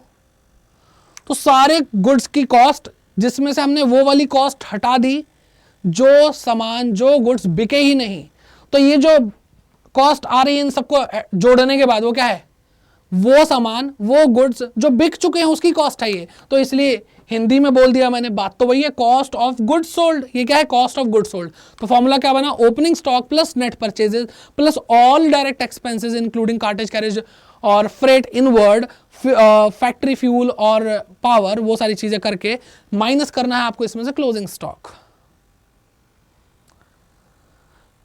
आई बात समझ में? तो फॉर्मेट एक बार देखेंगे तो आपका क्या आ जाएगा, COGS आ जाएगा। ठीक है, कॉस्ट ऑफ गुड्स सोल्ड। इसके बारे में थोड़ी सी बातें मैं और करना चाहूंगा। COGS, तो बेटा COGS जो हमने सामान बेचा उसकी कॉस्ट, अगर मैं इसमें ग्रॉस प्रॉफिट को जोड़ दूं तो फिर पता क्या आता है, हमारी नेट सेल्स आ जाती है। तो इससे रिश्ता समझ में आ गया। नेट सेल मतलब ये सेल का कॉस्ट वर्जन है। अगर हम जो हमारी सेल है उसको कॉस्ट पर दिखाएंगे, अगर सेल को कॉस्ट पे दिखाया जाएगा तो उसको कॉस्ट ऑफ गुड्स सोल्ड ही बोलेंगे। तो हम जो हमने प्रोडक्ट बेचे उसको सेल प्राइस पे दिखाओगे तो सेल्स कहलाएगी वो, और कॉस्ट पे दिखाओ तो कॉस्ट प्राइस कहलाएगी। इन दोनों के बीच में डिफरेंस क्या है, कॉस्ट प्राइस और सेल प्राइस के बीच में प्रॉफिट का ही डिफरेंस होता है। ठीक है, आई होप आपको बहुत बहुत बहुत दिल से पढ़ा रहा हूँ, डिटेल में समझ में आ रहा होगा। आगे बढ़ते हैं। अब आगे आता है प्रॉफिट एंड लॉस अकाउंट, जिसको हमें देखना है। बहुत बहुत अच्छा, और ट्रेडिंग अकाउंट के जस्ट चिपक के एक साथ बनता है, वो अलग बात है। इतना बड़ा फॉर्मेट लिखने में हमारा जो ये बोर्ड है उससे ऊपर है ना, फॉर्मेट निकल जाएगा, छत के ऊपर जाएगा, तो इसलिए आराम आराम से दिखा रहे। हाँ जी, तो यहाँ पे क्या है बेटा, यहाँ पे प्रॉफिट एंड लॉस अकाउंट के बारे में बात हो रही है। It is prepared after preparing the trading account. Trading account बन जाता है उसके बाद आता है it is prepared to determine the net profit और नेट लॉस। नेट प्रॉफिट हुआ या नेट लॉस हुआ उसको देखने के लिए हम ये बनाते हैं। अगर इसके फीचर की बात करें, it is the second stage. ये क्या है, सेकंड स्टेज है in the preparation of final accounts. Final account की सेकंड स्टेज है। It related to a particular accounting period, ये एक पर्टिकुलर अकाउंटिंग पीरियड से बिलोंग करता है, रिलेट करता है, and is prepared at the end of that period, और उस पीरियड के एंड में इसको प्रिपेयर किया जाता है। फिर आता है it shows financial performance of the business during an accounting period, और इससे ही हमें क्या पता चलती है, फाइनेंशियल परफॉर्मेंस पता चलती है। ठीक, एक्रूअल बेसिस के हिसाब से ये बनाया जाता है। Accrual basis of accounting is followed in the preparation of this account. तो भाई एक्रूअल बेसिस के, कैश बेसिस पे नहीं बनाया जाता, ठीक है, यानी जो घटना घटी है उस बेसिस पे बनाया जाएगा, चाहे उसकी पेमेंट हुई हो या ना हुई हो, चाहे उसकी रिसीट हुई हो या ना हुई हो, ठीक है। और ट्रेडिंग और प्रॉफिट एंड लॉस अकाउंट के बारे में एक और बात बोलना चाहूंगा, ये नॉमिनल नेचर के अकाउंट होते हैं। कैसे होते हैं बेटा? नॉमिनल नेचर के अकाउंट होते हैं। तो जैसा कि हमने पढ़ा था ट्रेडिंग अकाउंट में कि जो उसके रिजल्ट होते ग्रॉस प्रॉफिट या ग्रॉस लॉस, उसको हम ट्रांसफर कर देते प्रॉफिट एंड लॉस अकाउंट में। तो अगर आप इसका बहुत बड़ा इसका क्या कहते हैं फॉर्मेट होता है, यहाँ पे आप क्या लिखेंगे? Profit and loss account for the year ended 31 March 2000 dash dash dash, जो भी आपका अकाउंटिंग ईयर चल रहा है, ठीक है। तो बहुत सारी आइटम्स है। अब सबसे पहला क्वेश्चन, ट्रेडिंग अकाउंट देख करके ऐसे डर नहीं लगता, लेकिन जब प्रॉफिट एंड लॉस अकाउंट देखते हैं उसके अंदर एकदम बाढ़ आ जाती है, इतनी सारी आइटम्स होती हैं, इतने सारे एक्सपेंसेस होते हैं, इतनी सारी इनकम होती है।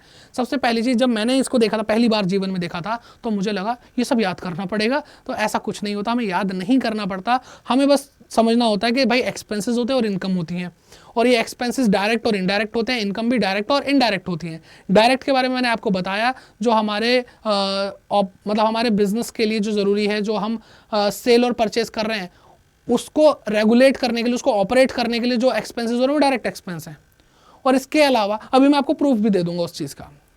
जैसे आपको यहाँ पे सबसे पहले अगर थोड़ा सा आपको क्लैरिटी, अगर 1080 पे आप देख रहे हैं इसको, तो आपको अच्छे से दिखेगा, 720 पे भी दिख जाएगा। ग्रॉस लॉस इधर आता है, देखो ग्रॉस प्रॉफिट किधर आ रहा है? हाँ जी, ग्रॉस लॉस इधर आ रहा है ना। तो जब ये ट्रांसफर होगा तो बेटा पीएल इसके नीचे ही बन रहा है, तो यहां पे ट्रांसफर हो जाएगा। समझ में आ रही बात? और ग्रॉस प्रॉफिट आ रहा है तो वो ग्रॉस प्रॉफिट इधर ट्रांसफर हो जाएगा। तो देखो भाई यहां पे आपको मैं वही दिखाना चाहूंगा कि भाई ग्रॉस लॉस यहां था, अगर ग्रॉस लॉस हुआ तो वो यहां पे ट्रांसफर होगा, और अगर ग्रॉस प्रॉफिट हुआ तो वो यहां पे ट्रांसफर होगा,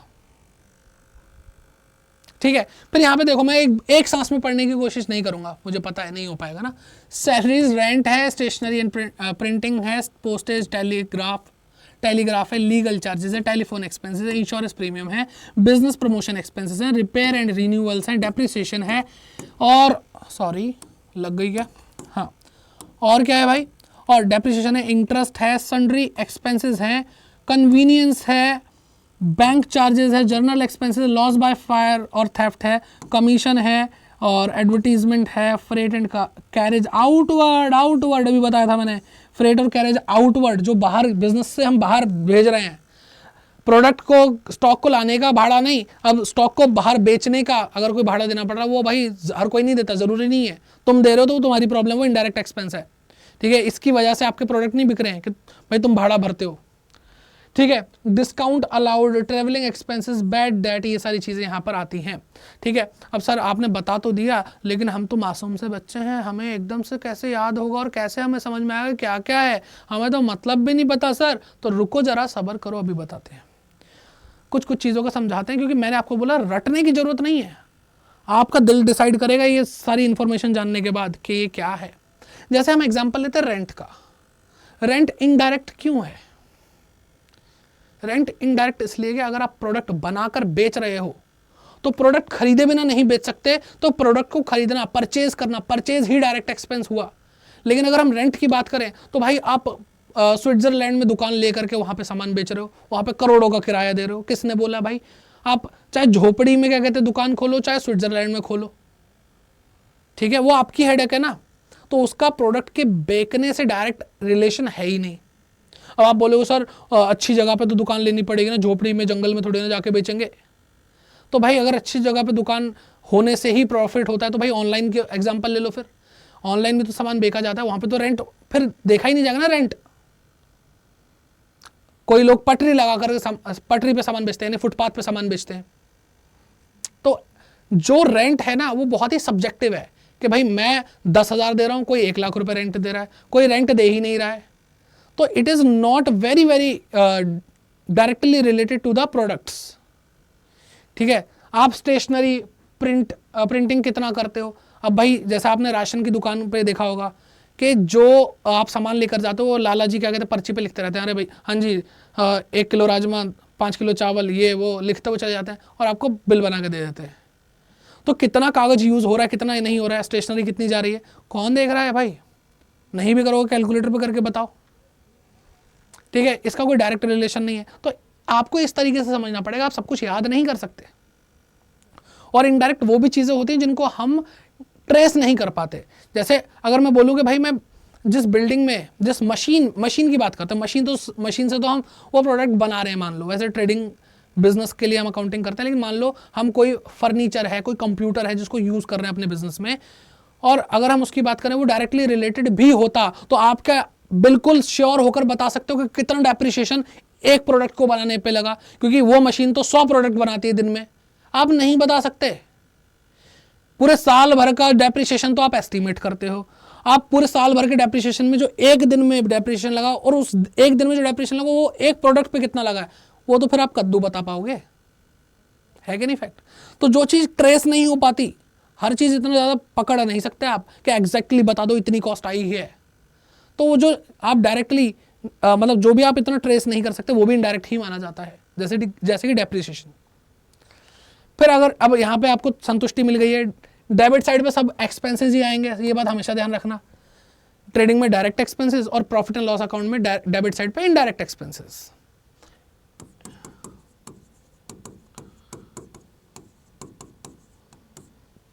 फिर आ जाते हैं इधर, रेंट रिसीव किया, डिस्काउंट रिसीव किया, कमीशन अर्न हुई, इंटरेस्ट रिसीव किया, बैड डेट रिकवर हो गए, इनकम फ्रॉम इन्वेस्टमेंट हो गई, dividend from share on share, miscellaneous income हो गई, ये सारी चीजें। अब भाई आप मोबाइल बेचते हो और आपको रेंट रिसीव हो रहा है, क्यों भाई? कौन सी प्रॉपर्टी ले रखी है, कौन से प्रॉपर्टी का किराया खा रहे हो आप लोग? तो अल्टीमेटली अगर आप मोबाइल बेचने का काम करते हैं और आपको रेंट भी रिसीव हो रहा है, दैट मीन्स कि वो आपका मेन काम नहीं है, और जो मेन काम नहीं है तो वो मेन इनकम नहीं है, और जो मेन इनकम नहीं है वो डायरेक्ट नहीं है, जो डायरेक्ट नहीं वो इनडायरेक्ट हो गई। आप मोबाइल का काम करते हो, आपसे किसी ने पूछा भैया कंप्यूटर चाहिए था मुझे, तो आपने बोला हम तो मोबाइल ही बेचते हैं, लेकिन जान पहचान है, दिलवा देंगे, कमीशन लगेगी, क्योंकि भाई जो बिजनेस कर रहा है वो तो पैसा कमाना चाहता ही है, लालची इंसान। तो कमीशन आप ले रहे हो, वो आपका मेन काम है क्या? नहीं, वो इनडायरेक्ट इनकम है भाई आपकी। तो यहां पे सारी क्या आ रही है? Indirect income. तो जो ट्रेडिंग अकाउंट की बात कर रहे हैं हम, ट्रेडिंग अकाउंट में तो हमने जो भी ग्रॉस प्रॉफिट या ग्रॉस लॉस निकाला वो तो हम यहाँ पे पटक चुके हैं, तो उसका इंपैक्ट यहाँ पे आ चुका है। अब उसको इंक्लूड करके हम इन इनडायरेक्ट चीजों को भी यूज कर रहे हैं, ठीक है। और अगर आपका अब क्रेडिट साइड ज्यादा आता है, यानी जो जहां पे इनकम है, आपकी इनकम ज्यादा आती है और आपके जो इनडायरेक्ट एक्सपेंसेस को अगर हम इंक्लूड करके देखें वो कम आते हैं, तो इसका मतलब कि आपको प्रॉफिट हुआ है, आपकी कमाई ज्यादा हो रही है, आपके खर्चे कम हो रहे हैं, तो क्या हुआ भाई? आपको प्रॉफिट हुआ है। और उस प्रॉफिट को हम क्या बोलेंगे? हम इसको बोलेंगे नेट प्रॉफिट। क्या बोलेंगे भाई? Net profit. और अगर आपके खर्चे ज़्यादा हो रहे हैं और आपके एक्सपेंसेस कम है, और सॉरी आपकी इनकम कम है, तो आपको क्या हुआ? नेट लॉस हुआ है, जो कि ट्रांसफर होने वाला है। चाहे नेट प्रॉफिट हो चाहे नेट लॉस हो, वो कहाँ पे ट्रांसफर होने वाला है? कैपिटल अकाउंट में ट्रांसफर होने वाला है। क्योंकि जो भी, अब इससे ज़्यादा हम इसके अंदर कुछ नहीं करने वाले सोल प्रोप्राइटर के लिए, इससे ज़्यादा ये नेट प्रॉफिट शुद्ध लाभ है, यानी बिल्कुल सही लाभ आपने बताया अपने पूरी कोशिश करके। तो जो लाभ हुआ है, जो प्रॉफिट हुआ है, जो लॉस हुआ है, वो किसको मिलेगा? वो भाई कैपिटल जिसने दी है उसको मिलेगा, मालिक को मिलेगा बिजनेस के। आ रही है बात समझ में? तो वो कैपिटल अकाउंट में ट्रांसफर होगा। और ये बात तो हमने शुरू में ही सीख ली थी जब हमने अकाउंटिंग इक्वेशन पढ़ी थी कि प्रॉफिट्स ऐड होते हैं और इनकम जो हमारी क्या कहते हैं लॉसेज होते हैं वो माइनस होते हैं। आई होप मैंने आपको बहुत अच्छे से समझा दिया। ये कोई भी दिक्कत परेशानी, फिर से बोल रहा हूँ, कमेंट बॉक्स आपका है, मैं आपके लिए भाई यहाँ पे इतनी मेहनत कर रहा हूँ, आप भी पढ़ रहे हो, तो मैं, अगर आप पूछोगे ही नहीं तो मेरा जो अटेम्प्ट है, जो मेरी ड्यूटी है, जो मैं निभाना चाह रहा हूँ, वो मैं उसमें विफल हो जाऊँगा, ठीक है। मैं अगर चाहता हूँ मैं आपको अच्छे से पढ़ाऊँ, एक एक चीज़ समझा सकूँ, तो उसके लिए आपको इंटरेक्टिव होना पड़ेगा, आपको भी पूछना पड़ेगा। और मैं बिल्कुल बिल्कुल बता रहा हूँ, मैं आपको बताने के लिए, आपको सारी चीज़ समझाने के लिए बिल्कुल रेडी हूँ, ठीक है। चलिए अब आगे बात करते हैं ऑपरेटिंग प्रॉफिट की और नेट प्रॉफिट की। सर नेट प्रॉफिट तो आपने पढ़ा दिया, बिल्कुल सही, मैंने आपको नेट प्रॉफिट पढ़ा दिया। सर ये ऑपरेटिंग प्रॉफिट क्या होता है? बेटा ये ऑपरेटिंग वर्ड बहुत प्यारा है, ध्यान से सुनना। ऑपरेटिंग मतलब ऑपरेट करना, ठीक है, यानी ऑपरेट करना। सर ये ऐसे कौन हिंदी बताता है? ऑपरेट करना जो आदि इंग्लिश है, समझा रहा हूँ भाई, रुक जाओ। ऑपरेट करना मतलब चलाना। यहाँ पे क्या चला रहे हैं हम? बिजनेस चला रहे हैं। तो बिजनेस चलाने की जितनी भी एक्टिविटीज होती हैं वो ऑपरेटिंग एक्टिविटीज होती हैं। और फालतू की जो हम चीज़ें कर रहे हैं, कमीशन ले रहे हैं, हम ये कर रहे हैं, ये सब क्या है? ऑपरेटिंग है? नहीं, ये हमारे बिजनेस से रिलेटेड ही नहीं है, ये बहुत ज़्यादा इनडायरेक्ट है।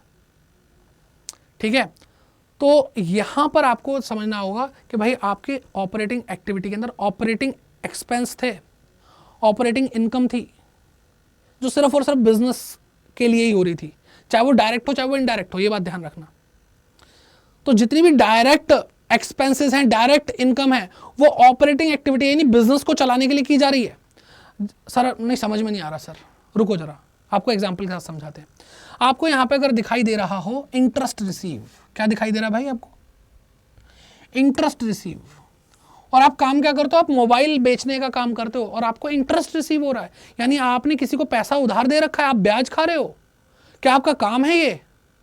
नहीं सर, हमारा काम तो नहीं है ये। तो बिजनेस चलाने के लिए काम करते हैं? नहीं सर, ये तो नहीं करते। तो सर ये ऑपरेटिंग नहीं हुआ? बिल्कुल सही, ये ऑपरेटिंग नहीं है, ऑपरेटिंग एक्टिविटी का पार्ट नहीं है, ये ऑपरेटिंग इनकम नहीं है। इधर आ जाओ और कुछ देख लेते हैं अगर यहां पे दे रखा हो तो।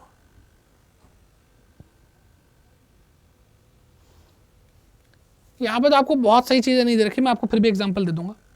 जैसे profit on sale of asset, आपने भाई बिल्डिंग खरीदी थी और बिल्डिंग आपको कुछ कारणवश आपको बेचनी पड़ रही है, किसी रीजन से आपको बेचनी पड़ रही है, आप बेच रहे हो उसको, उससे प्रॉफिट हो रहा है तो देखो बिजनेस का ही, बिजनेस की एसेट थी, उससे प्रॉफिट हो रहा है। लेकिन आपने बिजनेस इसलिए शुरू किया था कि आप अपनी एसेट, बिल्डिंग, मशीनरी, फर्नीचर बेच बेच के प्रॉफिट कमाओगे, तो वो प्रॉफिट होगा आपका, वो आपका ऑपरेटिंग प्रॉफिट है ही नहीं, वो आपका नॉन ऑपरेटिंग प्रॉफिट है।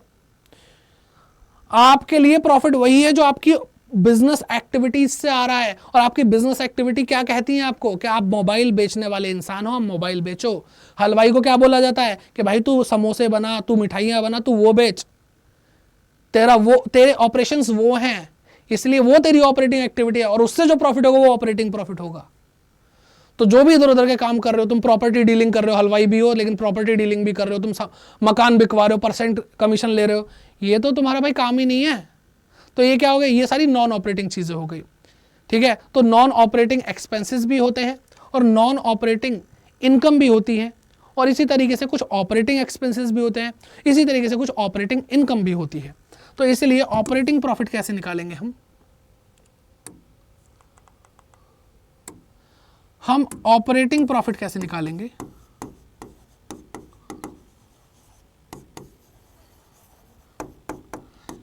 कि जितने भी ऑपरेटिंग इनकम है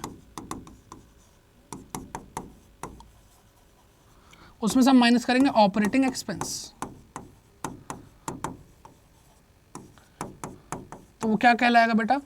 वो कहलाएगा ऑपरेटिंग प्रॉफिट। क्या कहलाएगा? Operating profit. और हमेशा ध्यान रखना, जो मिलावट है ना, जो मिलावट है वो प्रॉफिट एंड लॉस अकाउंट के अंदर है, इसमें ऑपरेटिंग नॉन ऑपरेटिंग हर तरह की चीजें आती हैं। और मैं आपको बता दूं, जो ट्रेडिंग अकाउंट था आपका, मैं फटाफट से लेके चलता हूं आपको ट्रेडिंग अकाउंट तक। ये ट्रेडिंग अकाउंट है, ये सब डायरेक्टली ये बिजनेस के लिए, प्योरली बिजनेस के लिए काम कर रहे हैं हम। ये सारी की सारी ऑपरेटिंग एक्टिविटी है, ये सारे ऑपरेटिंग एक्सपेंसेस हैं, ये सारी ऑपरेटिंग इनकम है, सेल्स की बात हो रही है बेसिकली यहाँ पे। ठीक है, तो ये इनसे ये सारी ऑपरेटिंग नेचर की चीजें लो, साथ ही साथ आप प्रॉफिट एंड लॉस के अंदर जो ऑपरेटिंग है वो ले लो, सारे के सारे ऑपरेटिंग एक्सपेंसेस और सारे के सारे ऑपरेटिंग इनकम का जो डिफरेंस होगा वो आपका ऑपरेटिंग प्रॉफिट या लॉस होगा। ठीक है, तो कहने का मतलब क्या है? कहने का मतलब ये है कि नेट प्रॉफिट एक अलग चीज होती है और ऑपरेटिंग प्रॉफिट एक अलग चीज होती है। नेट प्रॉफिट के अंदर आपने जो सेल करी वो भी इंक्लूडेड है, आपने जो रेंट रिसीव किया है, रेंट रिसीव किया वो भी आपकी इनकम ही है। लेकिन अगर इन दोनों को कंपेयर किया जाए तो ये ऑपरेटिंग नेचर की चीज है, ये ऑपरेटिंग इनकम है, और ये आपका नॉन ऑपरेटिंग है, नॉन ऑपरेटिंग इनकम है। आई बात समझ में? तो ये सारी चीजें हैं। आई होप मैं आपको इस चीज को समझाने में सफल रहा हूं, और अगर आपको कहीं पे भी आपको लगता नहीं समझ में आया तो मैं इसके लिए डेडिकेटेड अलग से वीडियो बना दूंगा, क्योंकि ये 12th क्लास में भी बच्चों को मैं तब जाके बोलता हूँ कि 11th क्लास में पढ़ा होगा आपने, आता ही नहीं आता, बच्चा बोलता नहीं आता सर। मुझे बहुत दुख होता है कि 11th क्लास में बच्चे को ये बताया ही नहीं जाता। बच्चे को सीधा ट्रेडिंग अकाउंट ऐसे बनता है, PL अकाउंट ऐसे बनता है, ठीक है, ऑपरेटिंग प्रॉफिट का तेल लेने, बेटा वो वाला काम यहाँ पे नहीं होगा, आपको यहाँ पे डिटेल में पढ़ाया जाएगा। ठीक है, चलो अब आगे बढ़ते हैं बैलेंस शीट की तरफ, क्योंकि हमें मेनली क्या पढ़ना है, फाइनेंशियल स्टेटमेंट आपको पता ही, trading account, profit and loss account और बैलेंस शीट, इसके बाद काम खत्म। हाँ जी, तो बैलेंस शीट के बारे में जान लेते हैं। It is the statement prepared after trading and profit and loss account. तो trading and profit and loss account जब बन जाएगा तो उससे नेट प्रॉफिट निकलेगा, ताकि वो कैपिटल में ऐड या लेस हो सके, मतलब नेट प्रॉफिट या नेट लॉस। ठीक है, और कैपिटल कहाँ पे आती है, वो बैलेंस शीट में आती है, तभी तो बैलेंस शीट पूरी हो पाएगी। इसलिए पहले trading account, profit and loss account बनाना जरूरी है। It is a statement which set out the asset and liability of the firm और an institution as at the certain date. तो एक पर्टिकुलर डेट की बात हो रही, एक डेट की बात हो रही है, किसी एक सर्टेन डेट पर क्या असेट है किसी बिजनेस की या इंस्टीट्यूशन की और क्या लायबिलिटीज हैं, वो हमें बैलेंस शीट बताती है। ठीक है, तो जब भी आप बैलेंस शीट बनाते हो आप लिखते हो balance sheet as on the date लिख दो, एज ऑन 31 मार्च 2000, जो भी आपका ईयर चल रहा है, एज ऑन या फिर एज एट 31 मार्च। एज एट मतलब इसी तारीख की बात हो रही है और किसी तारीख की बात ही नहीं हो रही है। तो बेटा यहाँ पे मैं आपको हर बार ये बता रहा हूँ, तो trading account, trading profit and loss account और बैलेंस शीट में एक फर्क आ गया। ट्रेडिंग अकाउंट के बारे में बात करें, प्रॉफिट एंड लॉस अकाउंट के बारे में बात करें, तो वहां पे बोल रहे हैं for the year ended. For the year ended का मतलब क्या है भाई, कि पूरे साल भर की बातें हो रही हैं, पूरे साल भर की बातें हो रही हैं, कि पूरे साल भर ये एक्सपेंसेस, ये इनकम, ये एक्सपेंसेस, ये इनकम, तब जाके ये प्रॉफिट हुआ। ठीक है, तो वो एक फ्लो बता रहे हैं। Trading and profit and loss account से क्या बता रहे हैं, फ्लो बता रहे हैं। बैलेंस शीट से एक स्टॉक कॉन्सेप्ट है, क्या है भाई, ये एक स्टॉक कॉन्सेप्ट है जो एक पर्टिकुलर डेट के बारे में बात कर रहे हैं, किसी फ्लो के बारे में बात नहीं करता। आई बात समझ में? तो ये भी बात जाननी बहुत जरूरी है, और मैं आपको जेन्युइनली बोल रहा हूं कि आप अपनी क्लास में जब जाओगे, स्कूल जाओगे, तो आप पूछना, बहुत सारे बच्चों को यही नहीं पता होगा स्टॉक कॉन्सेप्ट और flow concept in accounting. Balance sheet और trading and profit and loss account के बीच में डिफरेंस, उनको ये नहीं पता होगा ऑपरेटिंग प्रॉफिट क्या होता है। ठीक है, बहुत सारे बच्चों को नहीं पता होगा। मैं ये नहीं कह रहा ओवर कॉन्फिडेंट हो जाओ कि भाई अपन को ही पता है सब कुछ ना। चलो आगे देखते हैं, पर्पस क्या है बैलेंस शीट बनाने का। बैलेंस शीट बनाने का पर्पस है to ascertain the financial position. हम फाइनेंशियल पोजीशन को क्या चाहते हैं, फाइनेंशियल पोजीशन को चेक करना चाहते हैं, मापना चाहते हैं पर्टिकुलर पॉइंट ऑफ टाइम पे। To know the amount of asset, कि भाई असेट कितनी ओन करते हैं, मालिक हम कितने असेट के। ठीक है, और वेरियस हेड में कि भाई डेटर कितने हैं, फिक्स्ड असेट कितनी है। तो हम हर तरह की असेट को देखना चाहते हैं, कितनी है हमारे पास। फिर बात करते हैं to know the amount of liability, हमें लायबिलिटी का अमाउंट भी पता होना चाहिए जो हमारे सर पे उधार चढ़ा हुआ है बाहर वालों की वजह से। एंड द प्रोप्राइटर, और हमारे जो बिजनेस के मालिक ने दिया वो भी तो हमारे इंटरनल लायबिलिटी है, तो दोनों लायबिलिटीज को देखा जाता है। It is a base for opening entries, और जब हम ये बिजनेस की बैलेंस शीट बना रहे हैं क्लोजिंग डेट पर, तो ये अगले साल की ओपनिंग एंट्री की वजह बनती है, आधार बनता है। फिर आता है it helps in determining whether the firm is solvent और नॉट, और ये हमें बताती है कि फर्म सॉल्वेंट है या नहीं है। शुरुआत में ही पढ़ रहे थे इस चैप्टर में, सॉल्वेंसी को चेक करती है बैलेंस शीट, यानी आप अपने असेट से अपनी लायबिलिटीज को चुकाने के लिए कितने काबिल हैं, ये चीज आपको आपकी बैलेंस शीट बताती है। इसको बोलते हैं सॉल्वेंट होना। इसका अगर हम फॉर्मेट देखें तो ये रहा भाई, यहां पे आपको दिखाई दे रहा है, यहां पे आपको दिखाई दे रहा है, और मैं बता रहा हूं आपको इस क्लास के एंड में एक सरप्राइज मिलने वाला है, तो जुड़े रहिए। तो देखो यहां पे लायबिलिटीज आ रही हैं, लायबिलिटीज आ रही है। लायबिलिटीज के अंदर देखो यहाँ पे एंड में कैपिटल भी दे रखी है, और कैपिटल में वही चीज 6 चीजें आती हैं, 3 चीजें प्लस 3 चीजें माइनस, जो अकाउंटिंग इक्वेशन में मैंने आपको समझाई थी। ठीक है, इतना तो पता होगा, drawing, loss, income, profit, expense, additional capital. ठीक है, तो सारी लायबिलिटी है, तो कैपिटल होगी, बाकी सारी लायबिलिटी आउटसाइडर वाली। यहाँ पे क्या है, सन्ड्री क्रेडिटर, यानी हमारे क्रेडिटर जिनसे हमने स्टॉक उधार ले रखा है, बिल्स पेबल है, बैंक ओवरड्राफ्ट है, एम्प्लॉय प्रोविडेंट फंड है। ठीक है, लोन्स एंड एडवांसेस टेकन, कि हमने कोई लोन ले रखा है बैंक से, वो हमारा उधार है। और जो रिजर्व होता है, जो प्रॉफिट में से हम निकाल लेते हैं, वो भी हम लायबिलिटी साइड पे दिखाते हैं। फिर बात करते हैं असेट्स की, तो भाई कैश कितना है, बैंक में कैश कितना है, बिल रिसीवेबल, डेटर कितने हैं, लोन्स एंड एडवांसेस गिवन, कि हमने किसी को लोन या एडवांसेस दे रखे हैं, नहीं दे रखे, तभी तो इनडायरेक्ट इनकम हो रही है इनकी, ब्याज खा रहे हैं। बताओ, मोबाइल बेचो ना यार आराम से। ठीक है, नहीं तो भाई अगर ये सारे लफड़े ना होते ना, हमें ऑपरेटिंग नॉन ऑपरेटिंग का चक्कर ही नहीं पड़ता, चीज़ें आसान हो जाती। लेकिन अब इस वजह से, ऐसी ही चीज़ों की वजह से ऑपरेटिंग और नॉन ऑपरेटिंग आइटम्स हमारे फाइनल अकाउंट्स में आती हैं। ठीक है, closing stock, loose tools, investment, furniture and fittings, plant and building, plant and machinery होगा, चलो ठीक है, प्लांट एंड बिल्डिंग भी हो सकता है। बिजनेस प्रीमाइसेस यानी जो भवन होते हैं, patent and trademark and goodwill, ये सारी चीज़ें मैं डिस्कस कर चुका हूँ भाई आपसे, ठीक है। इंट्रोडक्टरी लेवल पे मैं आपको बता दूं गुडविल क्या होती है, अच्छा अच्छी इमेज एक बिजनेस की, पेटेंट क्या होते हैं, ट्रेडमार्क क्या होते हैं, इसके बारे में मैं आपको बता चुका हूँ। नहीं, जिनको पता है वो कमेंट बॉक्स में कमेंट करके भी जरूर बताइएगा, ठीक है। तो ये आपकी असेट और लायबिलिटी, और मैं आपको बता रहा हूँ बच्चों को डर सबसे ज़्यादा किस चीज़ में लगता है, बैलेंस शीट में लगता है, क्योंकि इसका टोटल और इसका टोटल बराबर आना चाहिए, और बराबर नहीं आ रहा है इसका मतलब आपने क्वेश्चन गलत किया है। तो इसलिए इसका टोटल करते वक्त बच्चों की धक धक धक धक धक हो रहा होता है भाई, ठीक है। तो बस ये बैलेंस शीट होती है, लेकिन अभी मामला खत्म नहीं हुआ, बैलेंस शीट के भी अपने स्टाइल हैं, अभी देखते हैं। तो अब हम बात करते हैं grouping and marshalling of assets and liabilities. Sir grouping मतलब हम असेट के ग्रुप बना देते हैं, जैसे अगर हम बोलते हैं ट्रेड रिसीवेबल, तो ट्रेड रिसीवेबल में बिल रिसीवेबल और डेटर्स आते हैं। तो मार्शलिंग मतलब अरेंजमेंट कि असेट कैसे लिखी जाए, कैसे ना लिखी जाए। तो भाई इसके दो स्टाइल हैं, मतलब the way of presenting asset and liabilities, कुल मिला के मैं यही बोल रहा हूँ कि अभी हम क्या पढ़ रहे हैं, the way of presenting in balance sheet asset and liabilities. तो हम लिक्विडिटी के आधार पर, तरलता के आधार पर दिखाना चाहते हैं अपने एसेट और लायबिलिटीज को, या परमानेंस के आधार पर। सर ये क्या है, मतलब अब क्या एकदम से कहानी में ट्विस्ट, हमने सोचा बैलेंस शीट पढ़ेंगे खत्म हो जाएगा चैप्टर। बेटा लिक्विडिटी का मतलब होता है जो असेट बहुत ही जल्दी कैश में कन्वर्ट हो जाती है। तो हम असेट और लायबिलिटी को उस वे में शो कर रहे हैं, यानी जब हम बैलेंस शीट बना रहे हैं, देखो जो ये आपको बैलेंस शीट का फॉर्मेट दिया है ये वही है, तरलता के आधार पर, लिक्विडिटी के आधार पर। यानी जो हमने पीछे फॉर्मेट देखा वो किसके बेसिस पे, इन ऑर्डर टू लिक्विडिटी के हिसाब से बनाया गया है। जो सबसे ज़्यादा जो कैश में ही कन्वर्ट हो चुकी है, जो खुद कैश है, वो सबसे ज़्यादा लिक्विड असेट है। फिर बैंक से आप कभी भी पैसा निकाल सकते हो, ये उससे कम है लेकिन ये बहुत लिक्विड है, ठीक है। बिल रिसीवेबल से पैसा जल्दी आता है। अब जैसे जैसे जैसे जैसे नीचे जाएंगे ना, नीचे जाते जाते सबसे नीचे वो वाली एसेट होगी जिससे पैसा निकालना बड़ा मुश्किल है, ठीक है। जैसे गुडविल की बात करें तो गुडविल से पैसा तब मिलता है जब बिजनेस ही बेच दोगे, और बिजनेस थोड़ी बेचोगे। तो गुडविल सबसे कम लिक्विड एसेट है, यानी ये बहुत ही ना के बराबर, ये होती ही नहीं है कन्वर्ट जब तक आप बिजनेस ना बेच दो, कैश में कन्वर्ट नहीं होती, ठीक है। तो जो ऊपर है, जो ऊपर है, वो सारी असेट वो असेट है जो बहुत जल्दी कैश में कन्वर्ट हो जाती है, और ये वो असेट है नीचे नीचे नीचे नीचे जो बहुत ही टाइम लेती है, बहुत ज़्यादा ही टाइम लेती है कैश में कन्वर्ट होने में।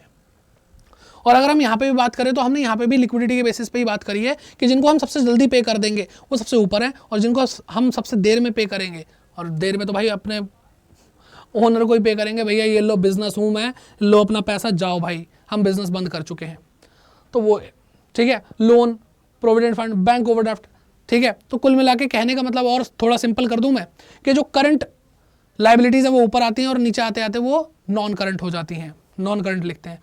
ऊपर करंट असेट आती है और नीचे आते आते आते आते वो नॉन करंट, ऊपर करंट और नीचे नॉन करंट असेट लिखी जाती है। समझ में आ रही, ये सीक्वेंस के हिसाब से लिखते हैं, इसको बोलते हैं balance sheet in order to liquidity.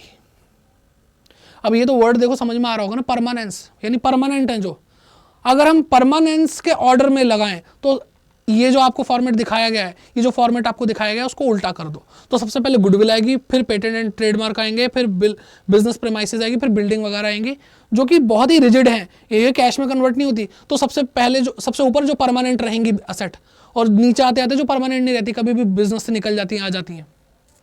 ऐसे ही यहाँ पर परमानेंस के हिसाब से देखोगे तो कैपिटल ऊपर आएगी, रिजर्व ऊपर आएंगे, लोन्स ऊपर आएंगे, नीचे आते आते बिल्स पेबल और सन्ड्री क्रेडिटर आएंगे। आई होप आपको मैंने समझा दिया कि भाई ग्रुपिंग और मार्शलिंग कैसे करते हैं। तो ये भी कई बच्चे टॉपिक स्किप कर देते हैं, वो भी मैंने आपको अच्छे से समझा दिया है। भाई अगर आ गया 1-2 नंबर का थ्योरी में गलती से पूछ लिया तो आप बता दोगे, तो जो आपको पढ़ाया है वो पूरा पूरा पूरा पूरा कॉन्सेप्ट पढ़ा दिया और बहुत डिटेल में पढ़ाया है, अच्छी तरह एक एक चीज़ को, हर बात को एक्सप्लेन करने की कोशिश की है। कुछ अगर भाई रह गया हो तो भूल चूक माफ़ होती है, और उसको कमेंट में आप पूछ सकते हैं, और पर्सनली मैं कमेंट अगर खुद चेक करता हूँ ताकि मैं आपको रिप्लाई कर सकूँ, कोई कन्फ्यूजन हो उसको दूर कर सकूँ, और अगर रिप्लाई नहीं करता तो उस पर वीडियो बनाने की कोशिश करता हूँ, क्योंकि कुछ चीज़ें होती हैं जो कमेंट में बता करके क्लियर नहीं की जा सकती, ठीक है। और मैंने आपको बोला एक सरप्राइज़ है, उसके बारे में बात कर लेते हैं, और वो सरप्राइज़ है 22 दिसंबर 2023। सर क्या है जल्दी से बता दो, एक्साइटमेंट हो रही है। तो भाई देखो ये इतना बड़ा चैप्टर है, हम इसके बाद अभी ये चैप्टर देख लिया, इसके बाद आपको फाइनेंशियल स्टेटमेंट विद एडजस्टमेंट वाला, यानी इसी चैप्टर का पार्ट 2 जिसको मैं बोलता हूँ बाहुबली 2, वो आपको देखने को मिलेगा, और उसी से क्वेश्चंस आएंगे, उसी से क्वेश्चंस आएंगे। तो इस चैप्टर की और उस चैप्टर की कंबाइंड प्रैक्टिस करने वाले हम 22 दिसंबर को। क्या करने वाले भाई? कंबाइंड प्रैक्टिस करने वाले हैं। तो इस सेशन को मिस मत करना, क्योंकि ये सबसे ज्यादा मार्क्स का आता है।